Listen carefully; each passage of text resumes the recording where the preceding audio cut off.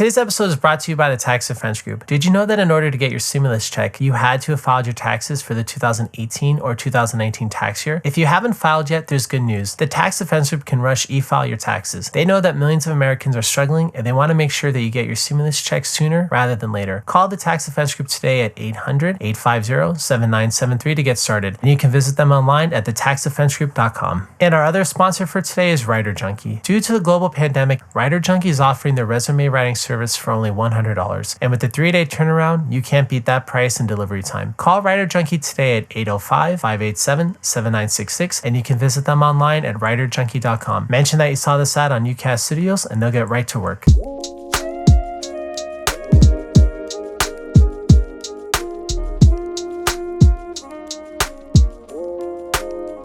Hi, welcome to the Talk Spot. This is Marcus, and today I'm joined by Jeff from the YouTube channel WorldClassBullshitters. Jeff, thank you for coming on.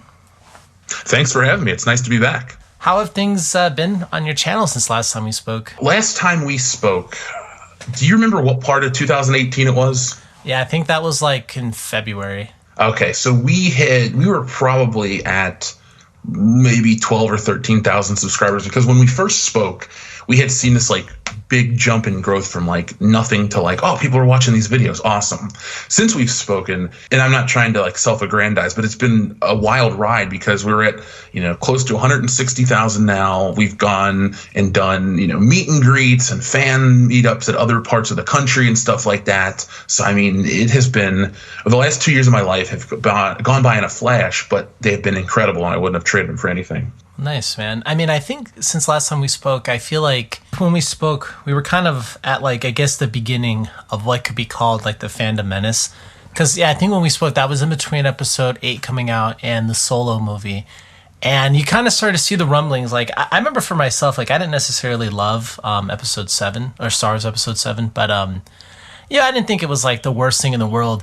And then when episode 8 came out, I thought it was very interesting because, I thought it was terrible. And at first, just looking at the landscape online, it received such like positive reviews, on Rotten Tomatoes, whatever, it got like a 93%. And just on the internet and generally, it was really positively received.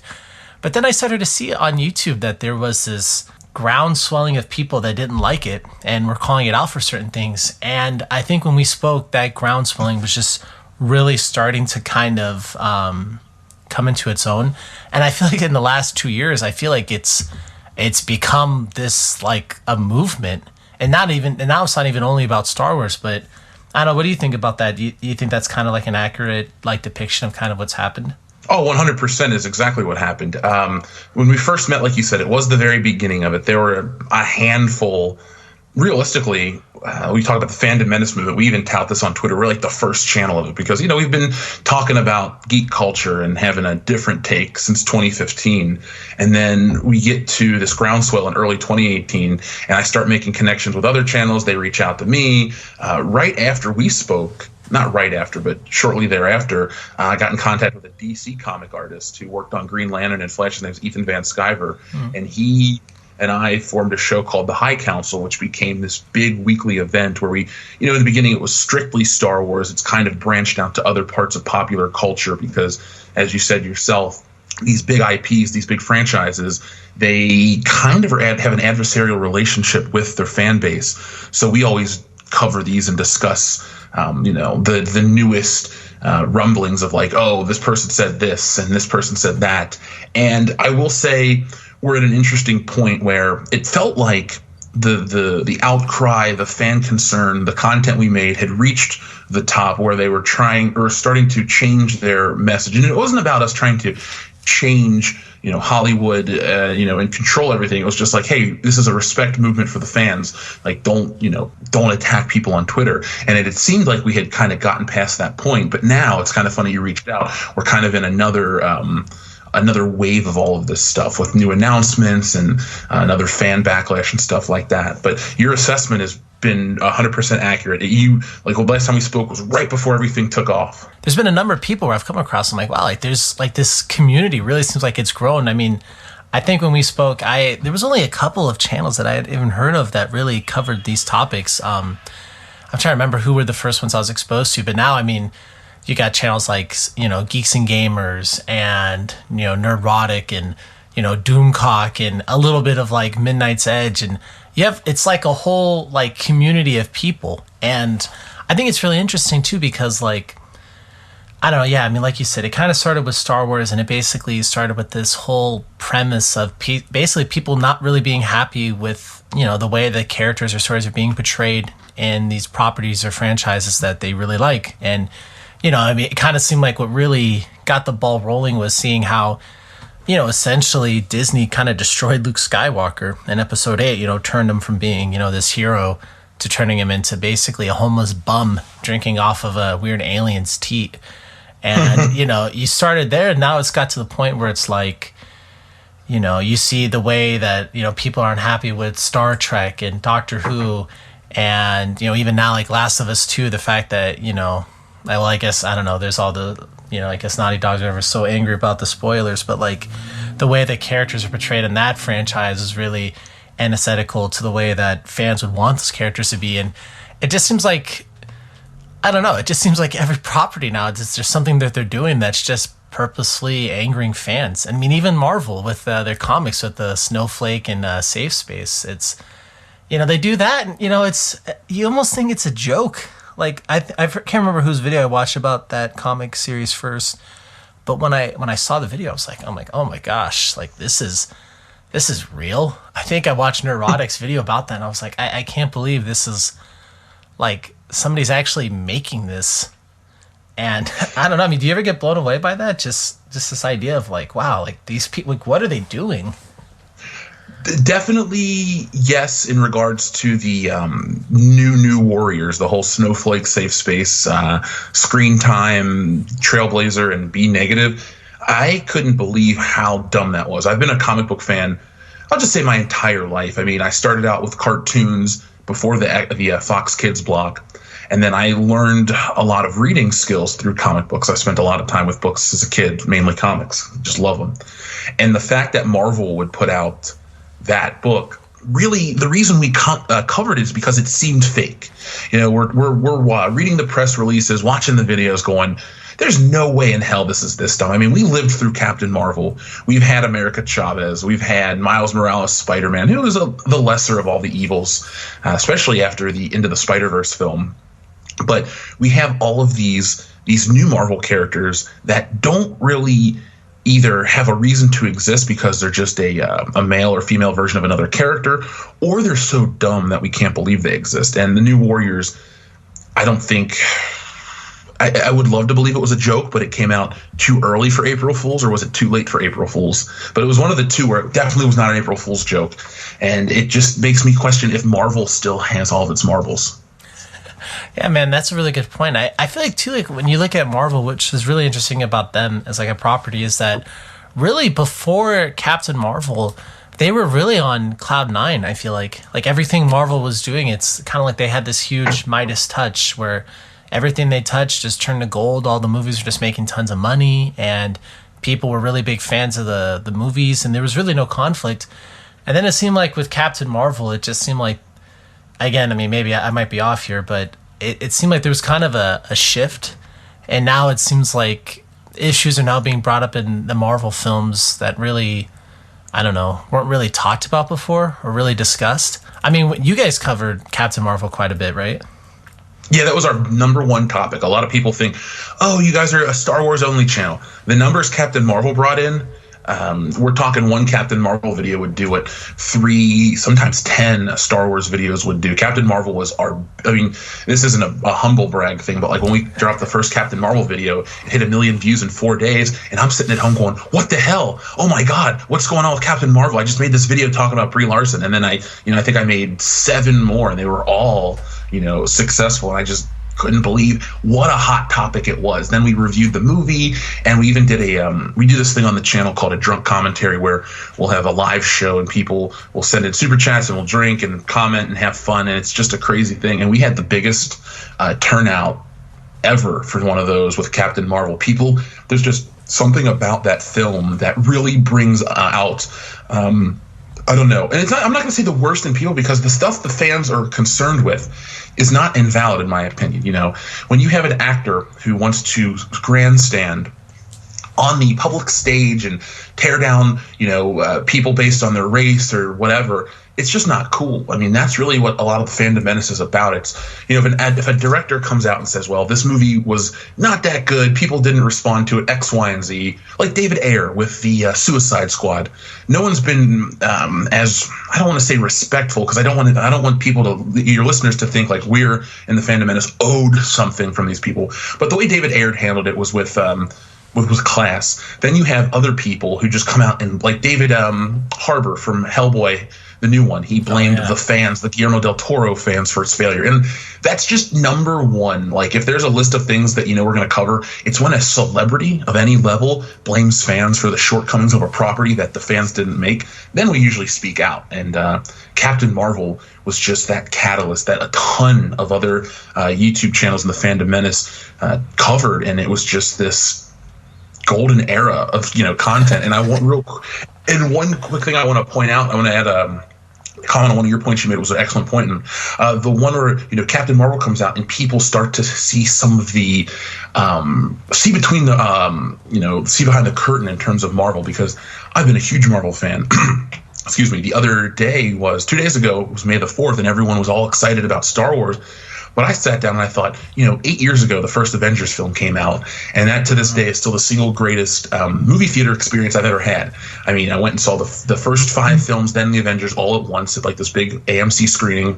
The crowd was into it. It was fun. It was engaging. It was different. No one expected it to be what it was, and we all kind of left wowed. And then I kind of kept that goodwill all the way up until Captain Marvel. Now, I liked Endgame. It was fine. It wasn't my favorite of all the Avengers proper films. That would be probably my third favorite. But I don't know if it's like, you ever have like a friend that's funny, but then like something happens, you guys have a falling out, and he's not as funny as you once thought. That's kind of how I feel about Marvel with certain films. These are great, but then this happened, this is the direction, and it's not as great as I once thought. But I still do like those movies, and I have no regrets supporting them the way I have. No, I think you raised a really good point. I mean, yeah, I also don't really like hate them either. Like, I'm not like really upset at them. I mean, I haven't really been that pleased with some of the more recent Marvel films, but not because of like an agenda type of thing. I just haven't, like Ant-Man 2. Like, I just didn't really necessarily like that, but it wasn't really because of like a message or anything like that. But no, man, I think you're right, man. Like that, like they had so much goodwill, and now I think too, especially just, I mean, I saw Captain Marvel, and when I watched it, I didn't even think that it was necessarily as cringy kind of as they were, like, as the marketing and Brie Larson was making it out to be. It was just the fact that Brie Larson just seemed so contemptible. She was just so unlikable, in the way that they marketed the film, I think really pushed people off kind of unnecessarily so. And I don't understand why that was the decision that was made. And then, I mean, the comic stuff, I mean, that just seems just atrocious. But yeah, man, I don't know what's going to happen with the future of Marvel. It kind of seems like they want to kind of inject more of a messaging into these films. And in my opinion, I kind of think the golden era of the MCU is kind of over. I think that Phase 4 and probably Phase 5, I think that the movies will probably make money. Obviously, they'll make probably a lot of money. But I don't know. In my mind, I kind of look at, like, we're past the peak now of the MCU. Oh, we definitely are. And I don't even think it has anything to do necessarily with Captain Marvel and the pushback. And the thing is, just real quick to cover Captain Marvel for another second, with the film itself, it wasn't good enough to justify Brie Larson's bad behavior, and we're using bad in quotations here, and it wasn't bad enough that it could derail the entire thing. But there's never been an MCU flick that felt so inconsequential. Like, it doesn't need to exist. Oh, guys, this is the final chapter before the final chapter of the MCU saga. And so you go in, people went in, they were duped into seeing it, and it's like, oh, it's a 90s mid-90s action film that has very little to do with the overarching plot. It retcons a lot of stuff, and it's like, I don't know about you, but it ruined Nick Fury for me, because if you watch the other films, dude, Nick Fury was so cool, and he talks about losing his eye, this, that, and the other, and then you see that a cat scratched it out and he didn't even care. How dumb is that? Like, they've really, the MCU has definitely taken a turn, and I blame Guardians of the Galaxy, but I don't blame the film for being what it is. I blame Kevin Feige and the crew over at Marvel looking at the success of Guardians, the success of the merchandise, and going, this is the direction we want to take. Because if you pay close attention to the MCU, it wasn't as funny up until Guardians. You had a very serious tone through the Avengers film, the Captain America films. Both the first two came out before Guardians 1. There was humor in all these films, but it wasn't stop the film for a joke humor. We didn't have that. And then as we go on, they progressively get funnier and funnier and funnier, to a point where I was taken out of certain parts of Endgame, because if this is supposed to be, we got to save the world due to time travel and all this stuff, save these dimensions, and they stopped for jokes, that kind of took me out of it. But in a roundabout way, what I was trying to get at, though, is that the MCU feels complete. And I agree with your assessment of, it's going to be less coming back, not because of the anger towards Captain Marvel, but because the story feels complete. We saw Iron Man's story, Captain America's story, Thanos was vanquished, all these things. Every character kind of had a nice send-off. And even with Spider-Man doing well, people need to take into account, too, that Spider-Man films historically have always been successful. Even Spider-Man 3, that everyone loves to rail on in America, I believe it's still to this day the most successful domestic box office. Why Spider-Man 3, before adjusted for inflation. So, that character has a built-in audience outside of the MC. That's my favorite superhero, and he's been around in film before most of the MCU characters were, even a thought for a script. But I digress. But I am with you, though. There definitely isn't as much excitement or anything to look forward to. I don't know if you've been following the production of these MCU shows over on Disney Plus, but some of them seem cool, some of them seem dumb, and I just don't know what Marvel's going to do. I think they're going to dilute their brand, and we're going to see the TV show equivalent of Safe Space and Snowflake before we see something that is, mind-blowing again. No, I agree with you. And some of the shows, like you mentioned, they sound like, I just don't care. Like the whole Bucky and Falcon show. It's like, that could be okay. I don't know. I really don't care. The WandaVision show, I don't know. It's the same thing. Like, look at the whole slate, and I'm just like, none of these things really sound that great. Like, Doctor Strange, I think that's the only one that I would say that sounds cool. Doctor Strange 2, especially if it ends up being directed by Sam Raimi, I think that would be awesome. But these other ones, like the Eternals, it's like, and then even Black Widow. It didn't look bad, or it doesn't look bad. It's just I just really don't really care one way or another. I kind of feel like with Black Widow, like we know what ends up fully happening with her, and I don't know. Just the idea of, after watching Endgame, that we're not going to move into a film where she fights like either like a super powered like guy or a guy in a suit. I don't know. It just, the stakes just seem so low now. I don't know. To me, it doesn't really make me that super, I don't know, excited about those films or shows. You and I are in the same boat, especially with Black Widow. I'm a big fan of Scarlett Johansson as an actress. I think she's fun to watch.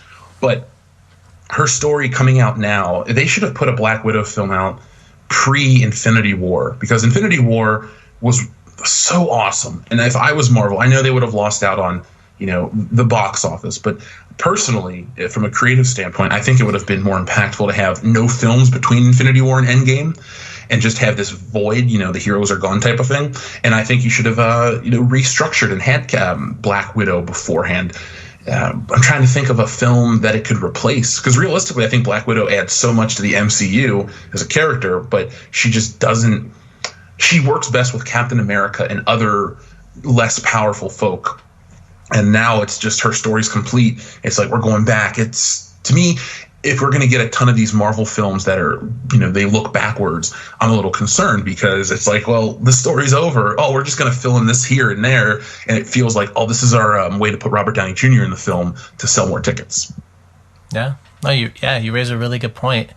I guess, what are some, just kind of like in this circle, like what are some properties you think in the last 2 years that have really just angered people? Like, is there, because like I know I've heard a lot of talk about Doctor Who. Like, I personally, I've never watched an entire episode of Doctor Who, so when somebody says this thing is this, or like it destroys this continuity, I don't have a frame of reference. I don't really understand really what that means. And I have, like I said, like I have no emotional investment in that show. But have you guys, like, on the High Council or just in talking to these other channels, like, is there like one property that is just, for lack of a better term, just really just pissed people off? Like, is there one, like, beyond, I mean, obviously we know about Star Wars and Marvel, but is there another property that's really set people off? Well, I mean, you brought up Doctor Who. That definitely angers a ton of people. Game of Thrones last year was the hottest property. Here's the thing about the Game of Thrones controversy. It wasn't just geeks or nerds or whatever the lovable term for fans are. It wasn't just like hardcore fans of genre entertainment or Game of Thrones. You had average TV people coming out and complaining about it. To me, that was the biggest controversy that blew a lot of people away. Like, oh my God, Game of Thrones, how'd it get so bad? Now, I wasn't a Game of Thrones fan. I've seen the first episode. It's fine. I don't dislike it. But then again, for as much as I, ingest pop culture, I finally saw the Lord of the Rings trilogy 2 months ago for the first time. So, I mean, oh wow, you're a little late to the game on that one. A little late, but I will say I enjoyed the hell out of it, and it was a really, really good time. Yes, it was like 15 hours, but I enjoyed it. So, but no, I was a little late to that one, and same with Game of Thrones. Maybe in 10 years I'll like it or something like that. But Game of Thrones was big. Obviously, Doctor Who and Star Trek. Now, I don't follow Doctor Who and Star Trek anymore. I like the old school Star Trek, the first series, and that's really about it, and some of the movies. And then with Doctor Who up through Matt Smith, once Capaldi came in, I didn't cover it. But this new Doctor Who season, you want to talk about an outrage. Gary over on Nerdrotic with Doomcock on his channel, Overlord DVD, they cover Doctor Who every week, every couple of days, it feels like, and people are just there. They want to talk about it. It's funny, too, because the older topics like Star Wars and Marvel haven't really lost any of their appeal. Mm-hmm. Captain Marvel has definitely slowed down because she's quiet. There's nothing coming out for a while. But, like, the pillars of all of this, like, fan outrage definitely are Star Wars, Doctor Who, Star Trek. And I think you can leave Marvel as the fourth, or you can have a floating fourth because it comes and goes. But you brought up The Last of Us 2 at the very beginning of this interview. That is currently a big one, too, because you brought up Jeremy from Geeks and Gamers. He had a live stream struck down mid-air, or, midstream, because he covered the leaks. And he didn't even talk about the leaks or spoil them or even mention, like, what happened in passing, just because he was talking about The Last of Us and they were trying to, censor him. It drew more attention to him. So, I mean, I don't know if you're familiar with the Streisand effect, but that's what The Last of Us 2 is right now. No, I think you're definitely, you're right. I mean, this, like, the fact that, like, when they're trying to cover it up, it's making more people drawn to it. And I think something that's really interesting is, you look at, like, a property like Game of Thrones or, Last of Us, and that these are properties that they're not necessarily as historical as these other ones you mentioned, like Star Wars and Marvel and Doctor Who, where they go back, almost 60 years now in some of these cases.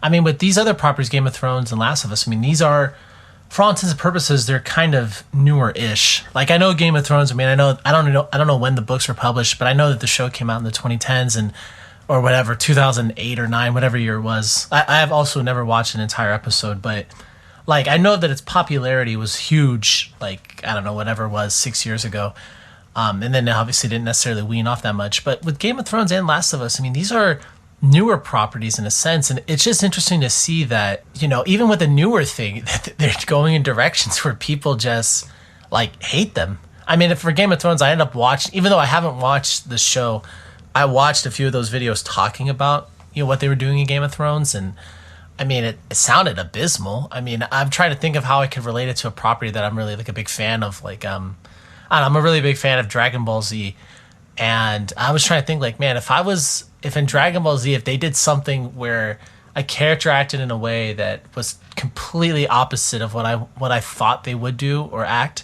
I would probably be pretty upset too. And I just thought it was funny. Game of Thrones, it just seemed like they kind of gave the fan the middle fingers, and Last of Us too. It just seems like if these things are true, which it sounds like they are true, and there's no reason to believe that they're not, it sounds horrible. Well, I mean, when you live through all of this stuff, nothing will surprise you in terms of how stupid something can be.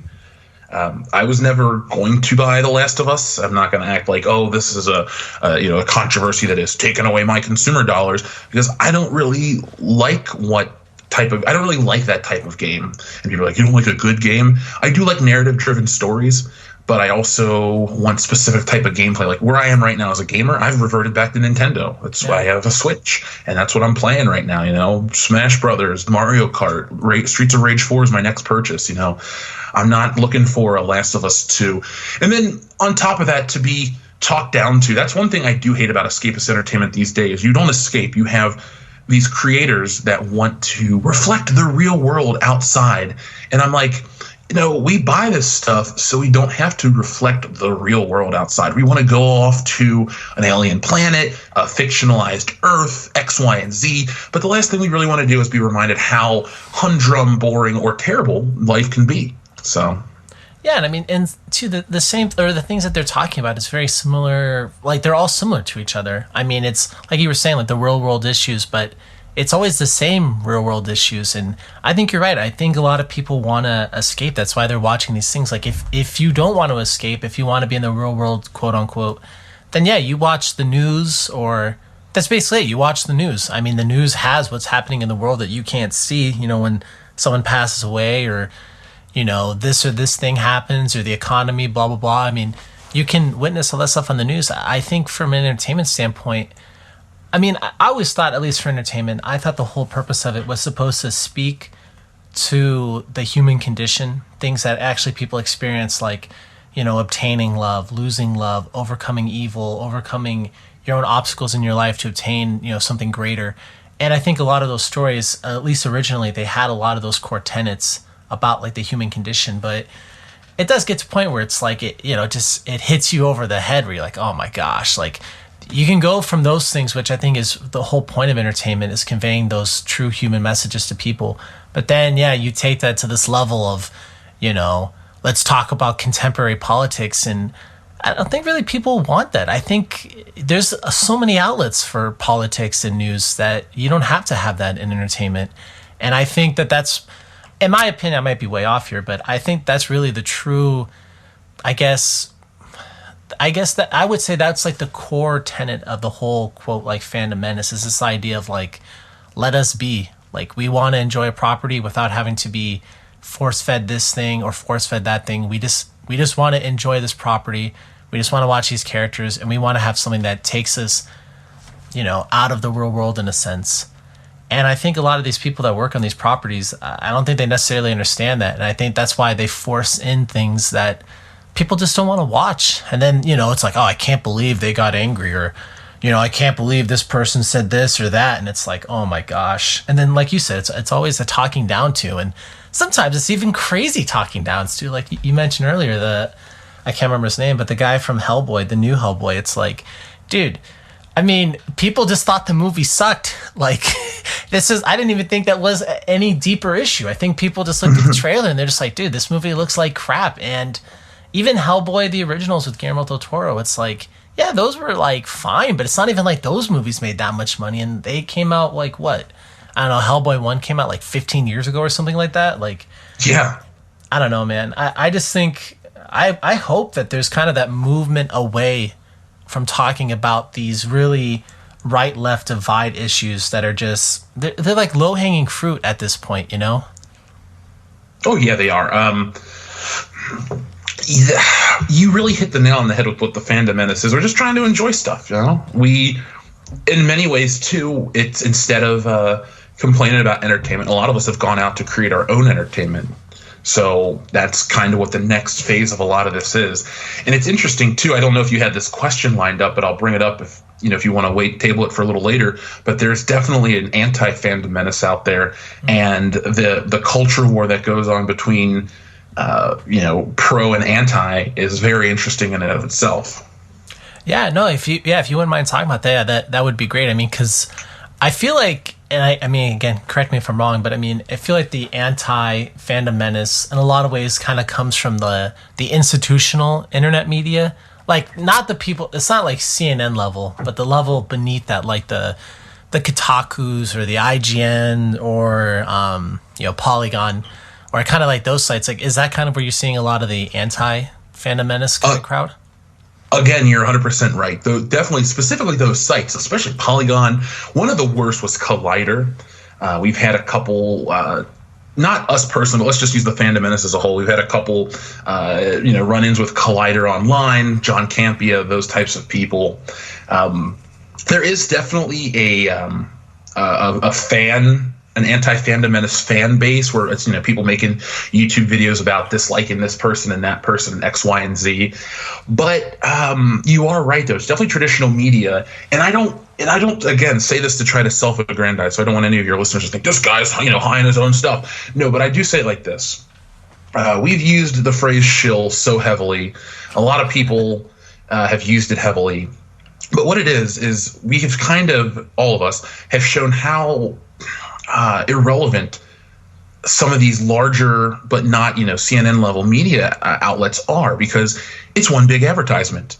You go to IGN, it's this game's so great, 10 out of 10, blah blah blah, or we're going to give it this score or that score, or they avoid any controversial topics or stuff like that. They're very saccharine, they're sweet, they're safe, they're boring.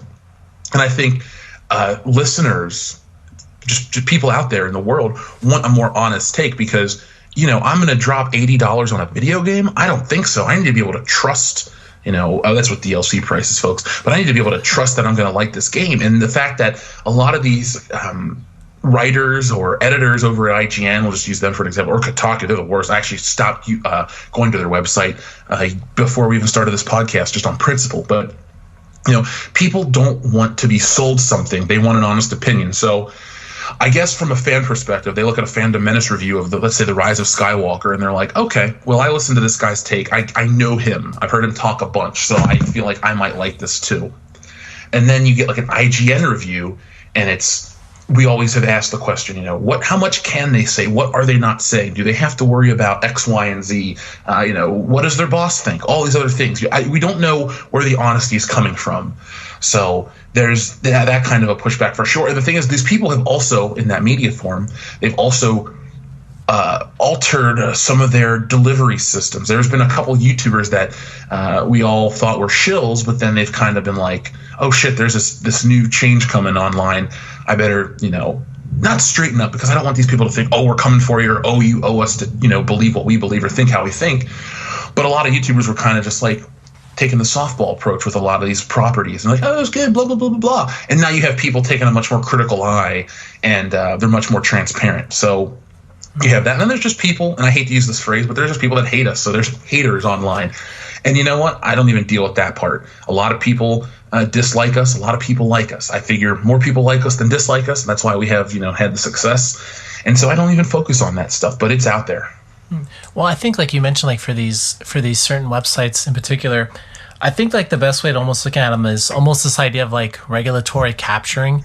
And I mean, that term, or regulatory capture, like typically, at least what that means, like in a political sense, it's this idea that the people that are in federal agencies that regulate certain industries, typically what happens is that there's a revolving door where you might have a person that's involved with the Federal Trade Commission.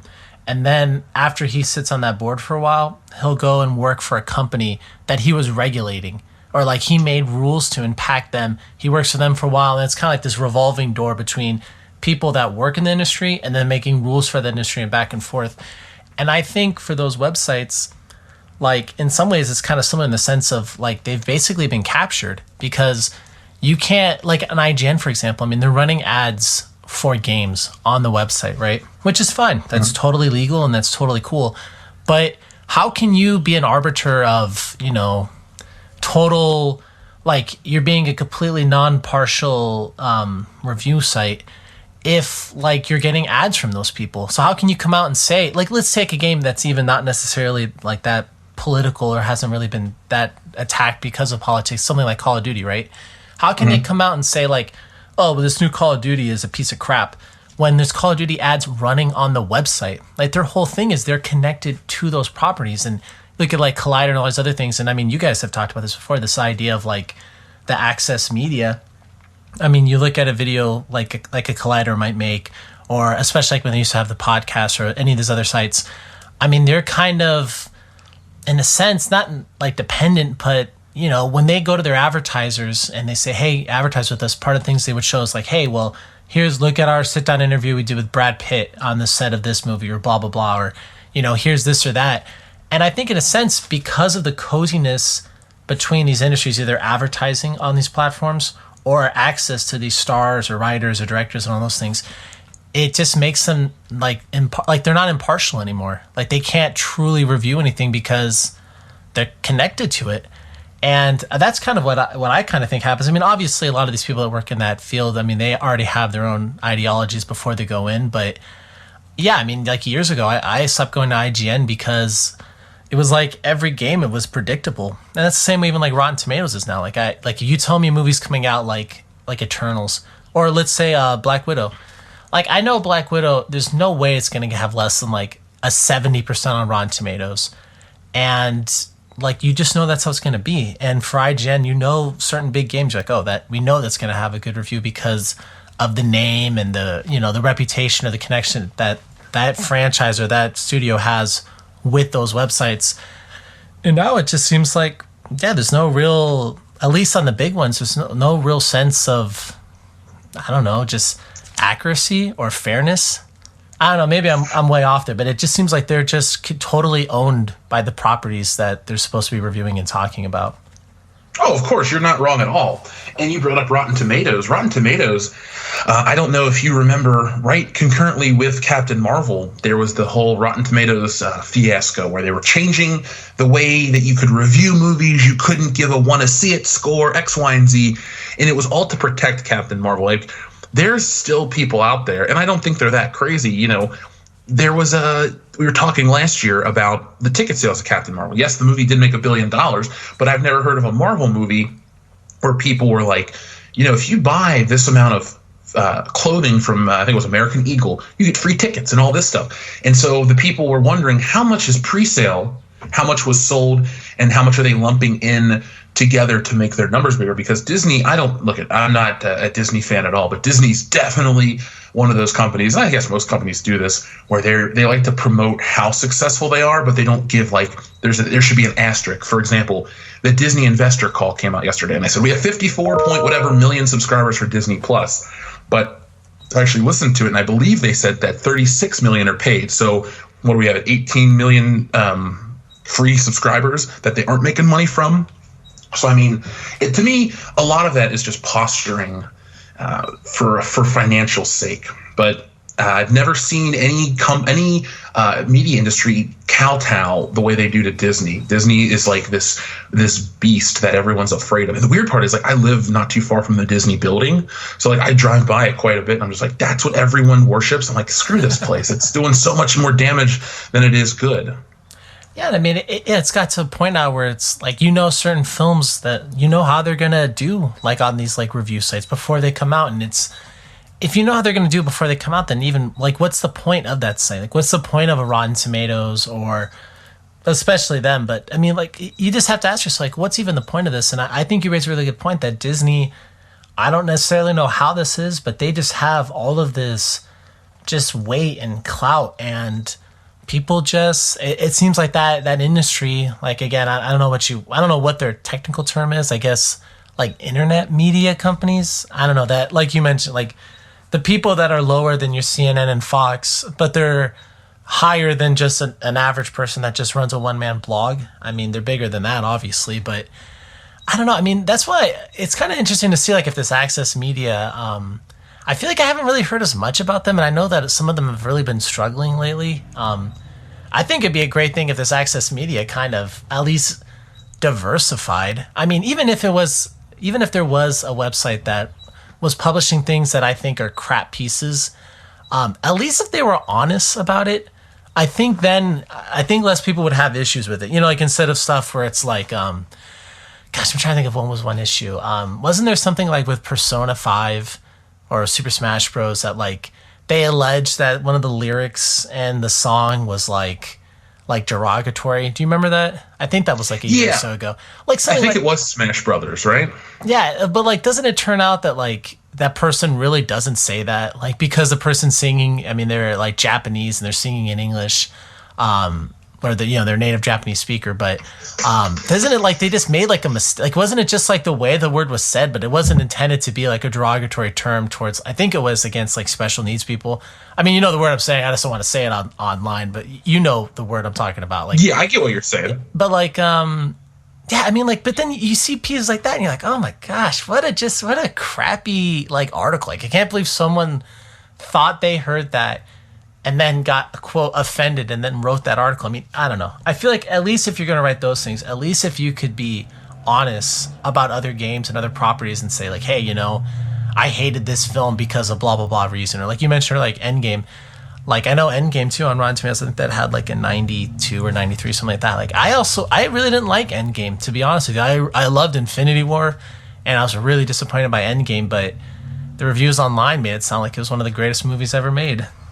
They did, and it wasn't. I don't want to say disappointed, but I do think that the MCU has done better. And I think a lot of people were just so emotionally invested at the end that it gets a pass. And I haven't watched it since it first hit theaters. I watched it one time. Infinity War, this isn't an exaggeration, I've seen it a minimum of 30 times, because when that hit Netflix, I put it on all the time. Yeah, there's something about that movie, the pacing, I just love it. But yeah, I didn't have that feeling with the end of the MCU at all. So man, you kind of mentioned this a little bit earlier, but I kind of wanted to ask a little bit more about it. So you mentioned that these, like, the people that are in the fandom menace at large are basically creating or want to create like more like stuff, like beyond just even like videos and reviews and things like that. Like, is there anybody that you've heard of that is launching or has a website that is kind of the antithesis of like a Kotaku or a Polygon or Collider? Like, I mean, I feel like the one that I've heard of is, what is it, Bounding into Comics? I've heard of that. Yes. I've never been to that site, but are there other things like that? Like, are there other outlets that people are creating that are kind of a little bit of the, I don't know, counterbalance to the, I guess, mainstream internet media company stuff? Well, I mean, Bounding into Comics is the best example, because what I meant earlier by creating is like, so for example, I crowdfunded and launched a comic book. One of our friends, the DC guy, Ethan Van Sciver, he had a hugely successful one with his book Cyberfrog. So, I mean, that's what I meant by creating. And that Star Wars girl Anna's doing covers and stuff. So it's funny how the fandom menace, like and I don't say this to, put up a wall, but like the core group of people, the people that were there earlier on, because since we've last spoken, we had this big meetup, and you're bringing up Gary from Nerdrotic and Geeks and Gamers. Like, I know these guys personally. I got all their numbers. We've hung out. We've gone to places like when I went to Vegas for this fan meetup. Who organized it? Gary. Gary's out there shaking hands and hugging people. He's a great dude. Jeremy is the same way. He's trying to put stuff together, and I will give all the creators in the core group that I personally know, they're very selfless individuals and good people. Jeremy's gone out of his way to help me do stuff many times. Ethan's a gracious dude. He's had me over to his house a bunch. Well, not a bunch, excuse me, but he's had me over to his house. I've interacted with his family. He's a nice dude.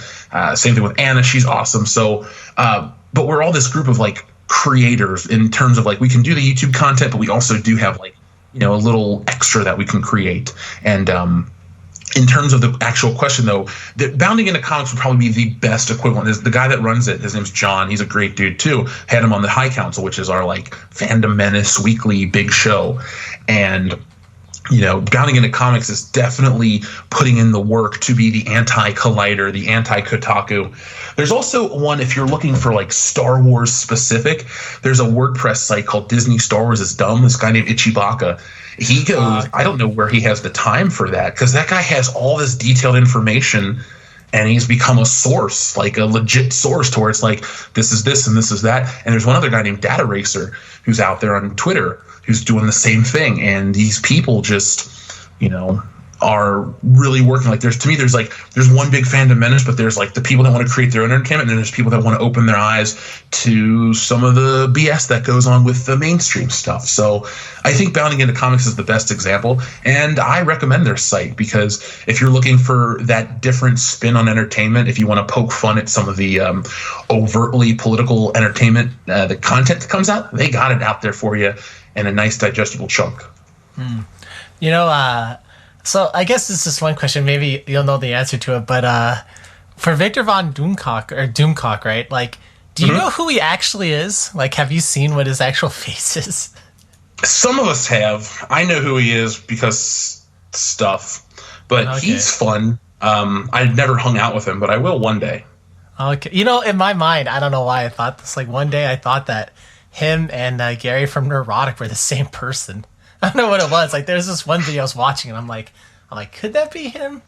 I don't know why. I just had that thought one day. I mean, when I first saw Doomcock's stuff, like, at first, the first time I ever watched one of his videos, I thought to myself, I'm like, dude, I feel like I'm watching like a snuff film. Like, there's something so weird about this. And then, you know, over time, it's like, okay, like, this is, you know, it's an interesting presentation, but I don't know. I like his stuff too. He definitely has some interesting content, but definitely seems like I don't know. I mean, he literally plays a character, so. Oh, he is. He's a lot of fun. If there was like a television channel for all of us in the Fandom Menace, I think it would be, you know, fun to watch because it's so different. And, you know, you come to MTV, old MTV, let's just use 1980s, 1990s MTV. You come to MTV because you want music, but there are other shows about music. There's Yo MTV Raps, there's Headbangers Ball, there's all these different things. You know, we are all in this like geek culture wheelhouse, but there's so many different ways that everyone consumes it. Or not consumes, everyone produces it, that it doesn't become stale. And Doomcock definitely has the best production because he has the costumes, the mask, all that stuff, the ancillary characters that go with it. It's so much fun to watch. And he's a really nice, gracious guy. Like, he's been on countless streams with me in the High Council, and he's always like, thanks for helping me out, man, and this and that. So, I mean, you know, to give, again, a peek behind the curtain for all those out there that do like the Fandom Menace, like, everyone is friendly and everyone is, you know, thankful for each other. And it's like, you know, sometimes the bigger channel helps or the smaller channel helps, but it all just ends with help. And, you know, I don't know everybody, but we all get along. You know, I've been interacting with a lot of new people over the past quarantine because we stream every day now, which is a whole nother beast in itself. But we have all these new people. Like, there's, you know, say 10, not even 10, let's say 6 or 7 core Fandom Menacers, and then you have all it's like the Avengers team, you know. The original people were from the first film, but by the time we get to Infinity War and Endgame, we're talking, you know, 40, 50 Avengers, and they're going to take down Thanos, which is, you know, Disney is our Thanos. Yeah. So, I mean, we're all a big team at the end of the day. Dude, that is very interesting, man. And yeah, dude, I mean, when we spoke those 2 years ago, I mean, like, I never would have thought like it would turn into this. Like, I kind of thought when Star Wars was going crazy, I kind of thought that was a little bit of like a one-off thing. I even honestly thought in episode 8, I was thinking like, okay, well, this is just like a really crappy entry. Like, even though I didn't necessarily like the characters established in episode 7, I was kind of looking at episode 8 as like, okay, this is a one-off, really terrible Star Wars film, and maybe even this new trilogy sucks. But did you know that this new trilogy is so bad, man, that even the prequel trilogy, which before the sequel trilogy was just dumped on by the internet for whatever it was, like 9 years or whatever, just crapped on, and even like Red Letter Media's video attacking it, like, you know, and even rightfully so. It wasn't like their criticism was legitimate, but I mean, at least with the prequel trilogy, like, you know, we only got certain things like the one movie that said, you know, the people versus George Lucas and this and that. Dude, the sequel trilogy has been so bad that it's caused a movement to be born that has resulted in hundreds of millions of views between all of these different YouTube channels. Like, dude, you know things are bad when, like, in a lot of ways, that was the Oedipus of all of this stuff happening. So, I mean, dude, if you're Disney, I mean, do you even make a new trilogy? Maybe just stick to TV shows. God only knows what if they do another trilogy, it might result in a political party being formed. You've pretty much built one already. No, you're right. When we last spoke, I thought, you know, oh, cool, Last Jedi. And then I think shortly thereafter, I kind of knew this was more of a constant thing because we're looking at the channel going from, like, before Last Jedi, we had 4,000 subscribers because we built this podcast that we still do to this day. And so the podcast had built its little audience, but all of a sudden videos about Star Wars are blowing up. And honestly, probably April or May of 2018, when we're covering the toys and all this stuff is coming out, definitely I knew that it was a little more because when you go out and you meet people, and I'm not looking for celebrity to validate my own, ego, but when you go out and people recognize you, and the first thing they want to talk about is Star Wars and The Last Jedi, how it broke their spirit, I kind of was like, oh shit, okay, this is definitely a thing. And I mean, even to this day, well, not this day, but like over Thanksgiving, I visited, I date this other YouTuber named Jessie Milestone. She's Mindless Entertainment. We went to her house for Thanksgiving. She's from Philadelphia, and we go into a Wawa, and the dude recognized my voice, and he goes, Star Wars, man, and he just wants to strike up a Star Wars conversation. And, when we went to that Star Wars celebration in Chicago, and you're thinking, oh, you're a YouTube channel that you're just past 100,000 subscribers. I guess a couple people might show up. Between Geeks and Gamers, Comic Artist Pro Seekers, Ethan Van Sciver, myself, Mindless Entertainment, and Anna, that Star Wars girl, we had a giant bar full of people, this meetup, and people recognized us and stuff, and they all wanted to talk about The Last Jedi and Star Wars and how it broke them and all this stuff. And the more I got it from more people, I was like, this was a thing that either Disney wants to cover up or the media wants to cover up because this movie broke Star Wars. And to this day, I will finally get to use the phrase properly. To this day, people still talk about The Last Jedi ruined it. There are articles that have come out about it. I knew 2 years ago that Rian Johnson would never get a trilogy. Why would you want this much negativity? And, he still doesn't have one to this day. And I would bet money that he'll never get a trilogy. Disney is one of those companies that loves to pre-announce. We're going to announce this and this and this, and this is going to happen, and that's going to happen. And none of it happens. You brought up the Star Wars TV show. The Mandalorian is the best thing Disney's put out. And I hope that is all they do is just produce, streaming's the future, they tell us. Well, if we're going to lose the big theatrical presentation, then give me 12 or 8 or 12 episodes of The Mandalorian every year, as well as other Star Wars and Marvel shows that are going to keep my attention. Because if the people that are doing it on TV, like Jon Favreau and Dave Filoni, are this good, I don't want someone else to come in and, cock it up to put it on screen to, infuse it with whatever. There's a disconnect between Star Wars on TV and Star Wars in the theaters. And whatever's on TV, I want to continue that. I don't want whatever's in the theaters.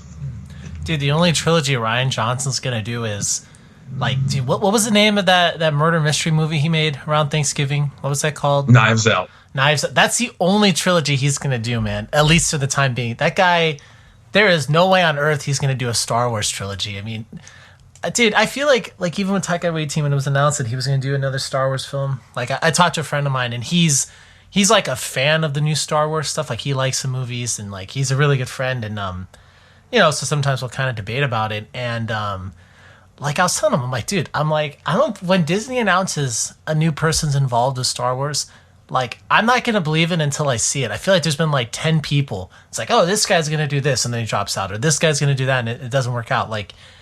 I feel like I'm going to wait till they actually have some concept art and castings announced. I'm not saying that they won't do it with Waititi or whatever. I'm not saying they won't make the film with him, but dude, I have to see it to believe it, man. I don't trust any of that stuff at all. But yeah, dude, Rian Johnson, man, that guy is dude, he's so contemptible. There's something about him, and again, I mean, I don't want to make it sound like it's personal or something, but dude, there's just certain ways that I've seen images of him smiling and the way that he acts, which I just think to myself, dude, this guy just seems like such a douchebag. Even if the movies he made were good, there's just something about him that just is such a, I don't know, just a turn off of him as a person. And I know that's Agreed. not very scientific, but dude, I see him, it's dude, this guy just there's some bum. I just if I went to college with him, or I ran into him at a friend's house, a friend of mine was having a party at his house, when things were normal. If I saw him there, I feel like I would talk to him for 3 minutes and I'd be like, all right, this guy is full of himself. I don't like him. I'm gonna go talk to somebody else. You're not too far off from my assessment of the guy. I don't know if you had a chance, but a couple years ago, a video leaked from earlier in his career where he talks about how he intentionally wants to anger 50% of the audience. And then recently, I mean, and another thing too, the whole time we've known that The Last Jedi was written off of a first draft. And then recently, Rian Johnson wanted to disrupt the flow of the trilogy. That news came out last week, I believe. We were talking to the editor. No, we weren't, sorry. There was an interview with the editors of J.J. Abrams' personal editors talking about how Ryan Johnson disrupted the flow of the trilogy, and they think it was intentional. So, I mean, yeah, I'm with you. I wouldn't, I'm not a violent guy. I may be a very large dude, but I'm not going to go out and just attack people. But Ryan Johnson's one of those people I might give a second thought to, just clocking him one. Dude, yeah, I would never physically do anything to him. I wouldn't, I wouldn't do that. And I definitely, I'm also kind of like a larger guy, and I'm tall and stuff. And, I wouldn't like do any kind of physical thing with him, but he just, dude, there's just, I don't know, man. Some of these people are like a Laura Dern type. Again, another person where it's hard to even quantify what about her kind of annoys me, but there's just something where it's just I see her and I'm just like, oh my gosh. She was in a movie that came out, I think it was last year. It was with Liam Neeson. I can't remember the name of it now, but it's something where his son gets killed. I forgot if it was his son was a druggie or something like that. I can't remember. It was one of those Liam Neeson films where he's out for revenge, killing people. Laura Dern's in it. And in the film, she's barely in it, and she's his wife, and she basically leaves him 15 minutes into the movie. And I literally I looked over to my friend. I'm like, that is such a Laura Dern thing to do. Their son dies, and then she's like, I'm unhappy in this marriage, and she leaves. Dude, I can't remember the name of the film. It didn't make a ton of money. It was kind of a weird one, but dude, there's just something about her. I actually look back at her now at Jurassic Park 1, and I think oh my gosh, I can see it here even when she was in her mid-20s doing Jurassic Park. I'm like, dude, she had those traits even then. This is total I don't know, just unlikability. And I guess when I was a kid, I just didn't realize it because I just, I don't really think much about that character one way or another. I mean, she wasn't the lead, but Dad, there's just certain people in that world where you're just dude, this person is just so naturally unlikable. Oh yeah, Laura Dern, her character Vice Admiral Holdo is probably the most hated Star Wars character. Rose Tico's whatever. You can joke about Rose Tico. She's not as mean-spirited as Admiral Holdo, played by Laura Dern. But I know that I wasn't the biggest Jurassic Park fan growing up. I liked the movie, but I didn't watch it a bunch as a kid. I actually didn't see it until I was a little older. And again, I respect the movie, but I can't look at Laura Dern and not think of Vice Admiral Holdo and how much I hate that character. And I'm not saying it's going to hurt her career. I mean, she's had a big career before. She'll still have one. But I do think for a good chunk of people out there, they're going to look at her as Vice Admiral Holdo, remember how much they hated her, and kind of just go, oh, no, thank you. So, I mean, she was I don't know if you've ever seen our video about the toys, but right around the time that we last spoke, I made a video. It's they're going to make a Vice Admiral Holdo figure, and I showed it and I laughed at it because it was a production shot or a pre-production shot. And so now the running joke on all my toy videos when I do go out and film them is I go to the same GameStop when I lived in Cincinnati. I'd go there every week-ish to check it out on the way back from the gym. And what would I find? The same Admiral Holdo figure in the same spot every week. It never sold. So. Dude, with her, man, with Laura Dern, if I was making a film and the film revolved around my lead character getting divorced from a person, so if I was going to remake Mrs. Doubtfire, right? Dude, Laura Dern would be the perfect casting choice to choose for the woman divorcing the lead guy's lawyer, the divorce lawyer. Dude, wouldn't that totally fit who she is? Oh yeah, you ever see Liar Liar? Do you remember? Do you remember the way Renee Zellweger acted in that? She's like, "Let's take him for everything he's got." Dude, Laura Dern would be the perfect casting for that. Where you just look at it and you're like, "Oh my gosh!" If I was I'm not married, but if I was married and the woman I was divorcing me, if she got a lawyer like Laura Dern, how I imagine her in my mind, dude, I would just think to myself, "Oh my gosh!" I've entered into the 6th level of hell right now. This is just my life is abysmal. I don't know, man. Maybe that's what you're right. She's obviously a really successful actress, and maybe it's just we've just totally misread the way that she behaves and stuff. But yeah, dude, I don't know. This is something I feel again, for the episode 8, this whole culmination of all of these factors working together that really just. You look at it and you're just oh man, they put all of these crappy elements together and they somehow made something that was worse than the sum of its parts. They somehow, you've heard that said where it's a positive way. This was you threw in a bunch of crap into a blender and somehow a mega crap came out of it. I don't even know how to describe it. It was just they outdid themselves. I mean, I don't know, man. I feel like we could, I feel like I could probably talk about this for hours, but Jeff, yeah, definitely, man. Thank you so much for coming on, dude. And yeah, like if you wouldn't mind, how can we follow all the work that you're doing and, follow you online? Like, yeah, what are some ways that, people can kind of follow your stuff? Well, you can find us. We are officially World Class Bullshitters. You can just Google us and find us, but we're on YouTube. That's where I put out content you basically can hear from me every day at this point. Either I'm on a live show or putting out videos. So you can find me there. Thursday nights, I do my podcast on YouTube at 8:30 p.m. Eastern Standard Time with my three best buddies. We cover every part of pop culture. So if you ever want to get in live and ask us questions, that's the best place to do it. Just keep up with the YouTube channel. We're over on Facebook. We have a private group as well as a Facebook page. The group, all you got to do is answer 3 questions. If you've watched the video, you'll know how to answer them. They're easy. But the thing I try to do the most, and all of us in the Fandom Menace do, is try to build a community. And I don't say this because I'm trying to put out good PR, but without the people that listen to us, we wouldn't have the platform. We wouldn't be able to do what we do. And I mean, since we've last spoken, my life has completely changed for the good, for the better. I mean, we spoke early 2018. I've been able to, build this channel, build friendships, build relationships, an actual romantic relationship through all of this stuff. If The Last Jedi took away all of this stuff, and people were like, oh, would you like to snap it out of existence and start fresh? I would say no, because my life is completely different in a good way based on that terrible, terrible film. It's helped me find a lot of amazing people. So you can find me interacting with all those people just on our YouTube channel, World Class Bullshitters. If you like what we do, we got Patreon, we got all that other stuff for bonus content. We're not one of those channels that says, here's a Patreon, please give us your money. No, we give you bonus shows, commentaries, merchandise, stuff like that. So we're everywhere on the internet, and we're going to continue to grow. I got a couple awesome projects that you can listen to, and I'll tell you about off air if you're interested, and I'll remind me I want to send you something. So sweet, man. Well, Jeff, yeah, thank you so much, man, for coming on. I appreciate your time, and hopefully we'll get a chance to talk again. Yeah, let's not make it 2 years from now. Let's make it some point this year. Let's talk again. All right, dude, sounds good, man. Well, have a good rest of your day.